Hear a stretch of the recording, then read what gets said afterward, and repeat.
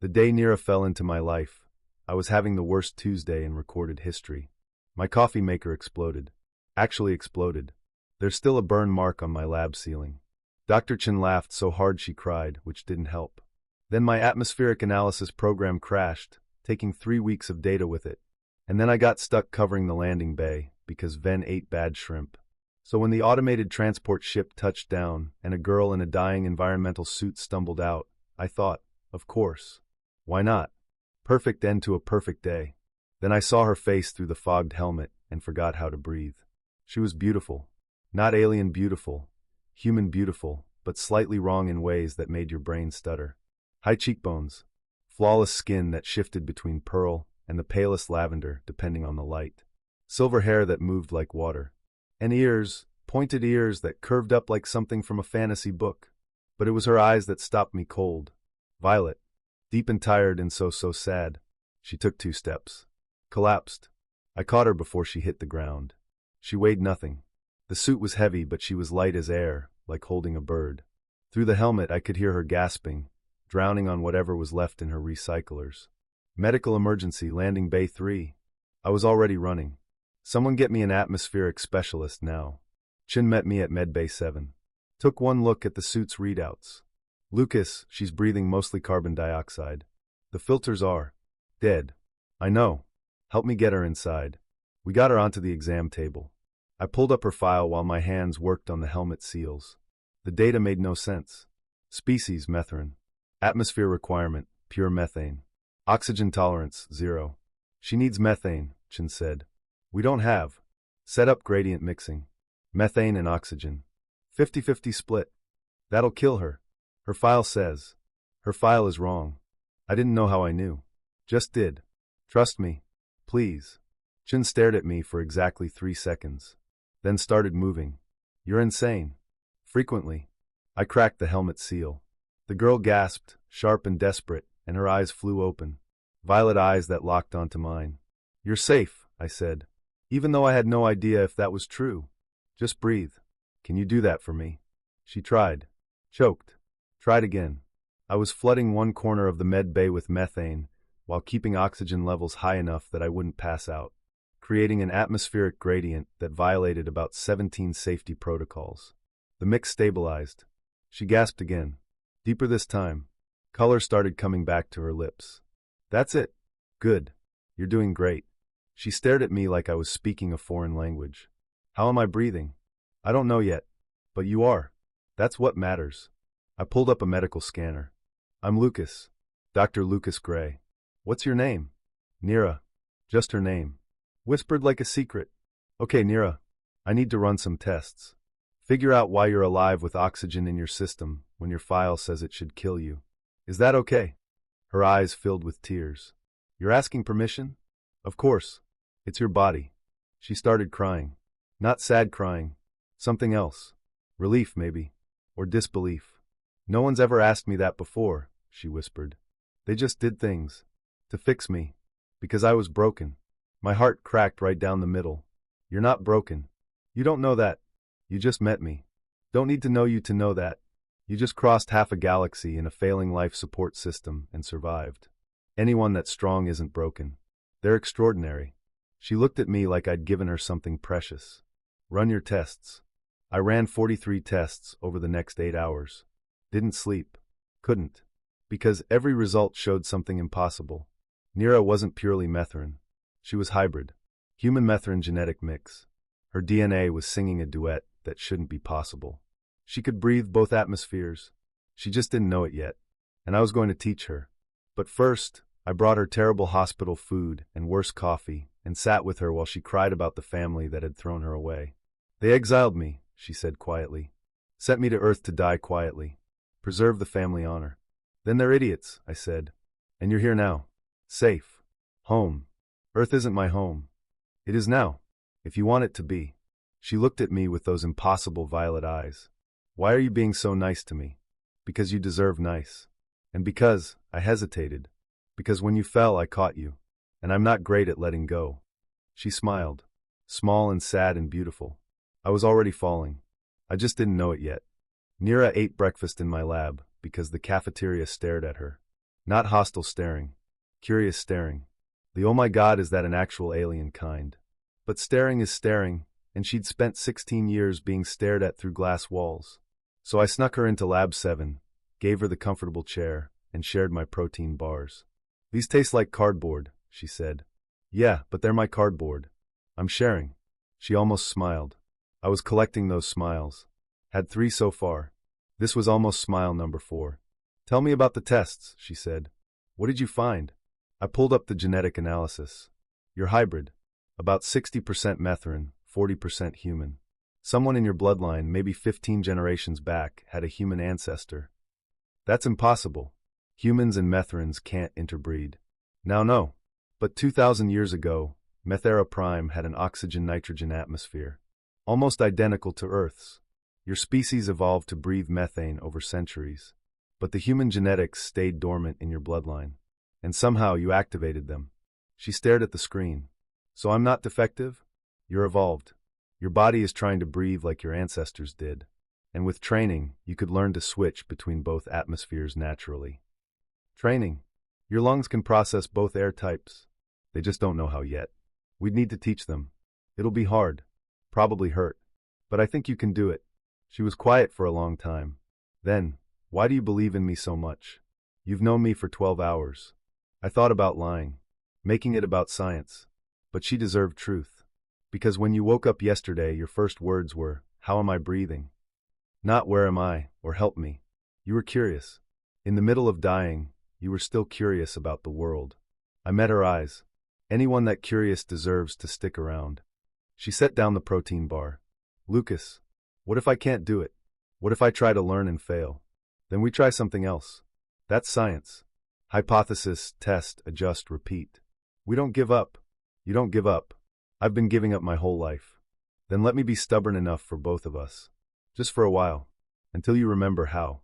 She looked at me like I'd spoken a foreign language. No one's ever offered to carry me before. Then everyone you've met is an idiot. Want to try? She nodded. We started training that afternoon. It was brutal. Not dangerous, I made sure of that. But hard. Walking from oxygen-rich environments into methane-heavy ones. Teaching her lungs to switch. To flex. To adapt. She coughed. A lot.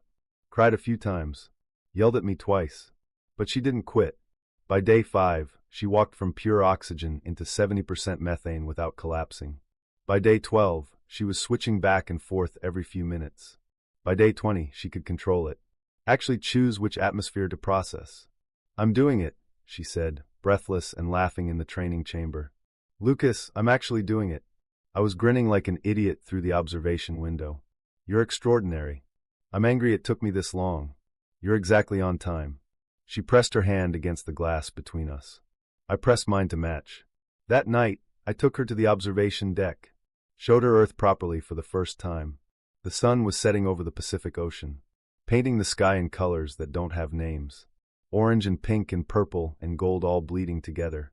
Nira stood at the railing, breathing Earth's air naturally, and started crying. What's wrong? I moved closer. Nothing's wrong. Everything's right. It's just, she gestured at the sunset. On Metharan, everything is purple. Beautiful but monochrome. There are so many colors. How do you stand it? Stand what? Being this lucky. Living somewhere this beautiful. I'd never thought of it that way. Earth was just Earth. But watching her see it for the first time, I saw it through her eyes. You live here now too, I said quietly. It's your home. If you want it. I want it, she whispered. I want this. Earth. These colors. This air. She turned to me. You. My brain short-circuited. Me. I want you. Is that okay? Can I want that? Yes. God, yes. I've wanted you since I caught you in that landing bay. She kissed me. Soft and questioning and perfect. I kissed her back like she was oxygen, and I was drowning. When we broke apart, the sun had set. Stars were coming out. Welcome home, Nira, I said. She smiled. Home. I like that word. 3 months later, the message arrived.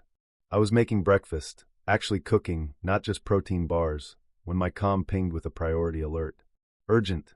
Metharan Prime medical crisis. Respiratory plague bacterial. Human antibiotics effective. Requesting assistance immediate. My stomach dropped. Nira was in the shower. I heard the water shut off. She came out in my oversized shirt, hair wet, smiling. Is that actual bacon I smell? Nira. I handed her the tablet. Watched her face change as she read. Smile fading. Expression going carefully blank. They want my help, she said flatly. They're asking Earth for help. They don't know you're here. But you know what they need. She looked at me. The antibiotics need oxygen to stay stable. They need someone who can breathe both atmospheres to deliver them. They need me. You don't owe them anything. I know. She set down the tablet, walked to the window, stared out at Earth, her home now. How many people are dying? I checked the data. Projections say 50,000 dead in the first wave. Maybe 200,000 total if we don't intervene. And my sister? Kiora. Is there a list of infected? I pulled it up. Searched. Found her name. Princess Kiora, status, stage 2 infection stable. She's alive. Sick but alive.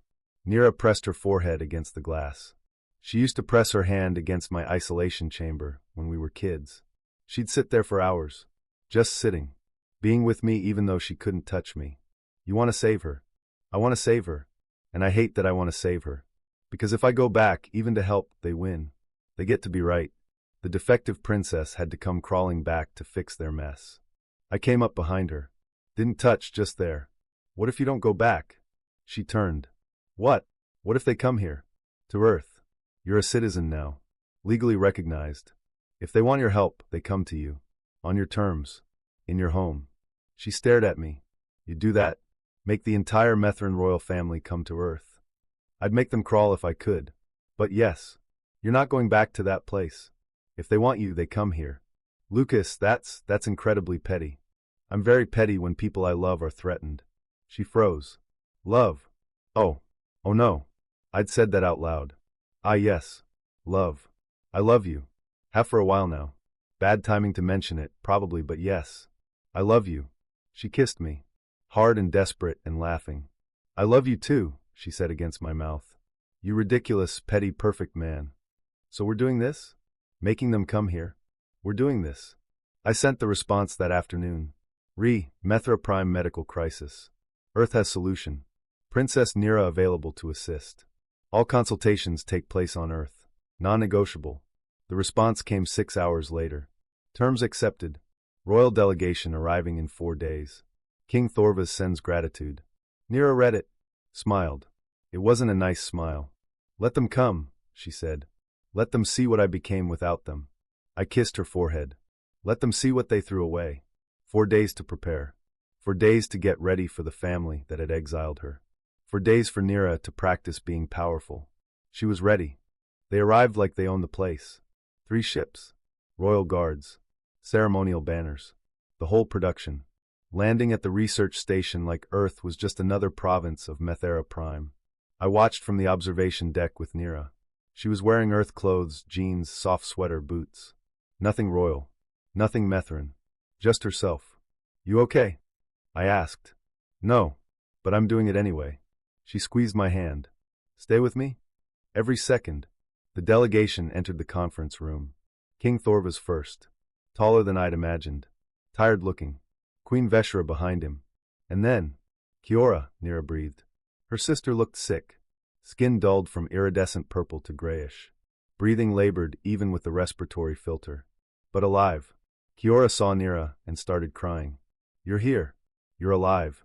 I'm alive. Nira's voice was carefully neutral. I'm here to help. Not for you. She looked at her parents. For the people dying. Because someone should. Thorvas flinched. Daughter. Dr. Gray, Nira corrected coldly. I'm Dr. Gray's partner. Princess Nira died when you exiled her. This is a medical consultation. Please sit. I wanted to cheer. Instead, I pulled up the presentation. The bacteria responds to human antibiotics, I explained. But the medicine needs oxygen to stay stable. It breaks down in pure methane atmosphere. We need a hybrid organism to transport it. Someone who can breathe both atmospheres and maintain the oxygen matrix long enough for delivery. You want Nira to come back to Metharan, Thorvas said. No, I corrected. Nira stays on Earth. You bring patients here. We treat them in controlled environments. Then they return home. We can process about 500 per week. That will take months. People are dying.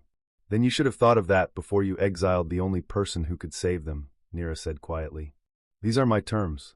Take them or leave them. The room was silent. Please, Kiora said softly. Nira, please. People I love are dying. Children. Elders. Good people who never hurt you. I know. Nira's voice cracked. That's why I'm helping. But I'm not coming back there. Ever. This is my home now. She looked at her parents. You threw me away because I was defective. Sent me here to die. And I found something better than your palace. I found a place that sees me. A man who loves me. A life worth living. So yes, I'll save your people. But not because you asked. Because I chose to. Thorvas looked at his daughter, really looked, for maybe the first time. You're happy here, he said. Not a question. I'm happy here. We were wrong, Veshra whispered. We were so wrong. I know. And now you get to live with that. Nira turned to me. Dr. Gray, shall we begin treatment protocols? Professional. Clinical. Perfect. We treated Kiora first. It took 90 minutes. Nira created oxygen pockets while I administered the antibiotics. Her sister cried the whole time. I missed you, Kiora kept saying. I'm so sorry. I missed you so much. I know, was all Nira said. After Kiora was stable. Color returning. Breathing easier. She grabbed Nira's hand. Come home. Please. Just visit. I need my sister. You have a sister, Nira said gently. But she lives on Earth now. You're welcome to visit her here. Anytime. Understanding dawned. Oh. Yeah. Can I hug you? Nira hesitated. Then nodded. Kiora wrapped her arms around her sister. Nira stood stiff for a moment. Then melted. Hug back. I'm sorry, Kiora whispered. For everything. For not fighting for you. For being a coward. You were a kid. It wasn't your job to save me. Nira pulled back. But you can make it right. Go home. Tell them what happened. Tell them Princess Nira is happy on Earth. Tell them she's not coming back. I will. I promise. We treated 473 patients over the next 3 months. Set up a whole medical program. Trained other hybrids. Turned out there were dozens scattered across Earth, refugees like Nira who'd been exiled and survived. We built a team. Saved thousands. And through it all, Nira stayed on Earth. Her home. Her choice. 6 months after the plague ended, Thorvas came back. Alone this time. No guards. No ceremony. Just an old king in a simple transport ship. Nira almost didn't see him. I convinced her. They met in the botanical gardens. Neutral ground. Earth flowers and Metharan crystals growing side by side. Impossible garden for an impossible conversation. I stayed close. Not hovering. Just there. You look well, Thorvas said. I am well. Nira stood straight. Confident. What do you want? To apologize. Properly. Without the council. Without witnesses. Just father to daughter. You're not my father anymore. You gave up that right. I know. But I need to say this. He sat on a bench. Looked old. Tired. When you were born, the doctors said you'd die within months. Your lungs couldn't process methane. I watched you struggle every day. Watched you suffer. So you sent me away. So I found a way to save you. He looked up. The council wanted you executed. Quietly. Humanely. Said it was cruel to let you live in pain. I couldn't let them kill you. So I found another way. Nira went very still. What? I found old records. Human Metharan hybrids from 2,000 years ago, before the atmosphere converted. I knew if I could get you to Earth, to humans with the medical technology. He trailed off. I exiled you because it was the only way to save your life without the council stopping me. You could have told me. If the council knew I was helping you survive instead of die, they would have killed us both. I couldn't risk it. His voice broke. So I sent you away. Gave you coordinates. Hoped you'd forgive me someday. Nira was crying. You let me think you hated me. Better you hate me and live than love me and die. She sat down beside him. Not close, but beside. I spent 16 years thinking I was poison. I know, and I will regret that every day until I die. But Nira, he looked at her. Look at you. You're happy. You're powerful. You're loved. Would you have become this if you'd stayed on Methara? No, she admitted quietly. I'd have stayed small. Scared. Hidden. I didn't save you so you could stay small. I saved you so you could become this. He gestured at her. Someone extraordinary. They sat in silence for a long time. I can't forgive you yet, Nira said finally. But I can understand. Maybe that's a start. That's more than I deserve. Yes, it is. She stood. You can visit. Sometimes. If you want. But Earth is my home. I'm not coming back. I know. He stood too. For what it's worth, I'm proud of you. Prouder than I've ever been of anything. Nira nodded. Couldn't speak. Thorvas left quietly. No ceremony. No drama. I found Nira sitting in the garden afterward, crying. Hey! I sat beside her. You okay? He saved me. All this time I thought he threw me away, but he saved me. Doesn't make it hurt less. No. But it makes it make sense. She leaned into me. I'm still angry. Good. You should be. But I understand now. And that's something. It's growth. Painful growth, but growth. She was quiet for a moment. Then, Lucas? Yeah. I want to stay on Earth. Forever. Build a life here. With you. Is that okay? Is that okay? Nira, I've been hoping you'd say that since the day you kissed me. She laughed. So that's a yes? That's a please marry me. She froze. What? Oh. Oh no. I'd said that out loud. Again. I mean, I don't have a ring. And this is terrible timing. And I probably should have planned this better. Yes. But I love you and I want to build a life with you here on Earth and wait. Yes. Yes, I'll marry you, you ridiculous man. I kissed her. Right there in the impossible garden where both worlds grew together. I love you, I said. I love you too. Even though your proposals need work. I'll practice. We've got time. We had all the time in the world. We got married in the botanical gardens 6 months later. Small ceremony. Just our closest friends. Dr. Chun as my best man. Kiora as Nira's maid of honor. She'd been visiting Earth every month, slowly rebuilding a relationship with her sister. Nira wore a dress that was both worlds. Earth silk and Metharan purple. Flowers in her silver hair. She was devastating. I wore a suit and cried the moment I saw her. You're supposed to wait until the vows, Chin whispered. Can't help it. Look at her. I know. You're disgustingly in love. It's adorable. The ceremony was short. We'd written our own vows. I went first. Nira, I caught you on the worst Tuesday of my life. And you turned it into the best day. You taught me that broken plus broken doesn't equal more broken. Sometimes it equals something new. Something better. I promise to catch you every time you fall. To believe in you when you can't. To love you in both atmospheres and everyone in between. She was crying. Good tears. Her turn. Lucas, you asked permission to run tests when everyone else just did things to me. You saw me when I was invisible. You taught me that home isn't a place, it's a person. I promise to let you catch me. To believe in us. To love you in every language, every atmosphere, every impossible moment. We kissed. Everyone cheered. Chin handed me a tissue. You're both disasters. The best kind, I agreed. The reception was perfect. Earth food and Metharan music. Humans and Metharans dancing together. 2 worlds celebrating. Kiora gave a speech that made everyone cry. My sister was called broken her whole life. But she's the strongest person I know. And I'm honored she's letting me back into her life. Even though I don't deserve it. You're working on deserving it, Nira said quietly. That's enough. Late in the night, Nira and I snuck away to the observation deck. Looked out at Earth, our home. Happy? I asked. Deliriously. She leaned into me. Thank you. For what? For catching me. For seeing me. For loving me even when I couldn't love myself. Thank you for falling. Best catch I ever made. She laughed. We're really doing this. Building a life. Together. We really are. I want kids someday. Is that okay? More than okay. Though they'll probably be chaos. Definitely chaos. Hybrid genetics. Your science brain. My stubbornness. They'll be perfect. She kissed me. Soft and sweet and full of promise. Below us, Earth turned. Above us, stars shined. And somewhere between, 2 worlds learned to grow together. One impossible love story at a time. 18 months later, Nira woke me at 3 in the morning. Lucas. Lucas, wake up. I sat up, instantly alert. What's wrong? Nothing's wrong. I'm pregnant. I blinked. Processed. Your weight. Really? Really? I took 5 tests. All positive. She was crying and laughing. We're having a baby. I pulled her into my arms. We're having a baby. Are you happy? I know we didn't plan.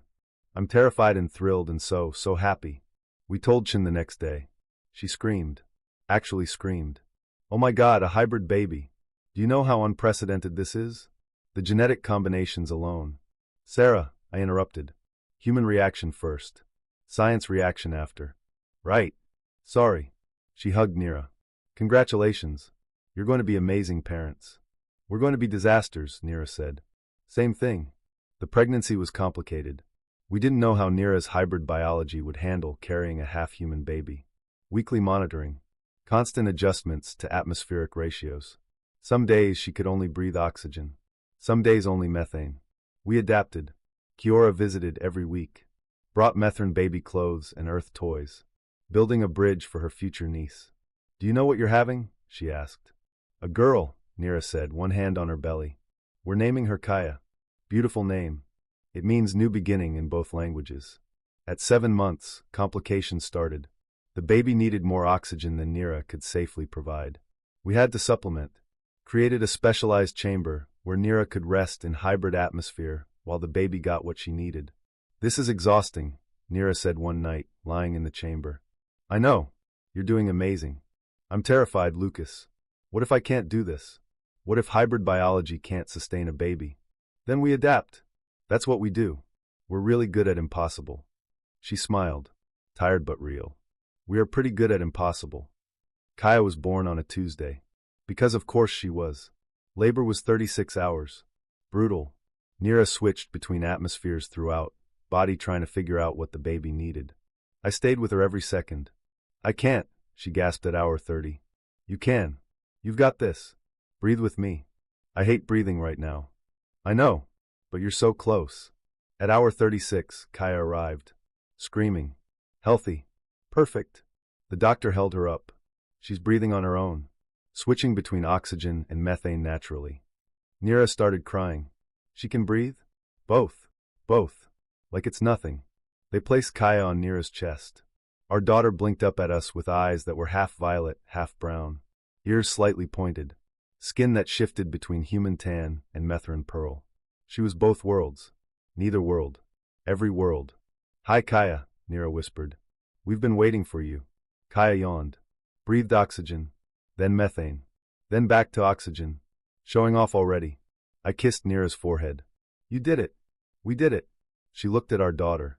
She's perfect. She's ours. Kiora visited the next day. Held her niece. Cried. She's beautiful. She looks like both of you. She's going to be chaos, Nira said fondly. The best kind, I agreed. 2 years later, and life is beautifully ordinary. Kaya is walking now. Talking. Switching between atmospheres like she's changing channels. She thinks it's hilarious when other kids can't do it.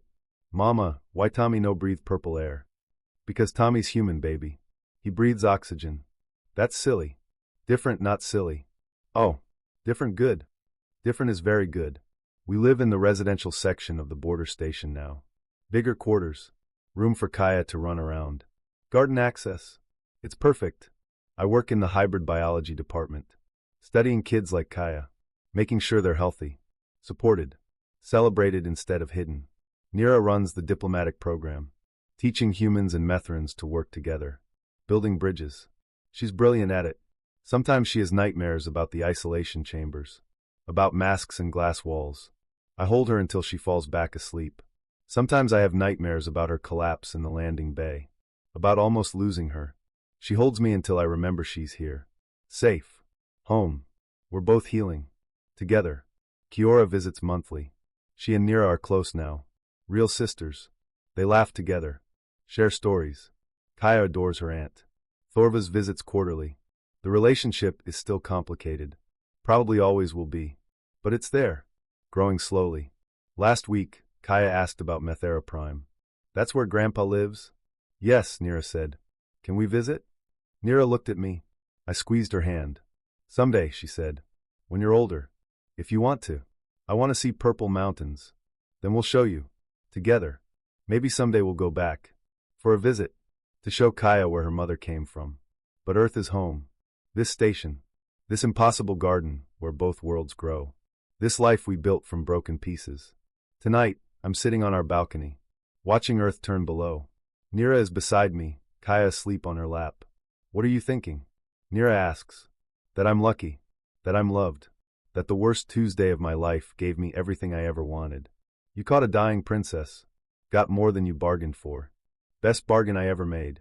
Kaya stirs, breathes oxygen, then methane, back to oxygen, all in her sleep. She'll never know what it's like to suffocate behind glass, to believe she's broken, to think she's poison. She'll grow up knowing she's perfect exactly as she is. Both worlds, neither world, every world in between. Thank you, Nira whispers. For what? For building this with me. This home. This life. This impossible, beautiful mess. Thank you for letting me catch you. She kisses me, soft and sweet and full of forever. Below us, earth glows. Above us, stars shine. Around us, two worlds grow together. And somewhere, somehow, the universe got it right. One falling princess, one catching scientist, one impossible love story, and a future full of hope.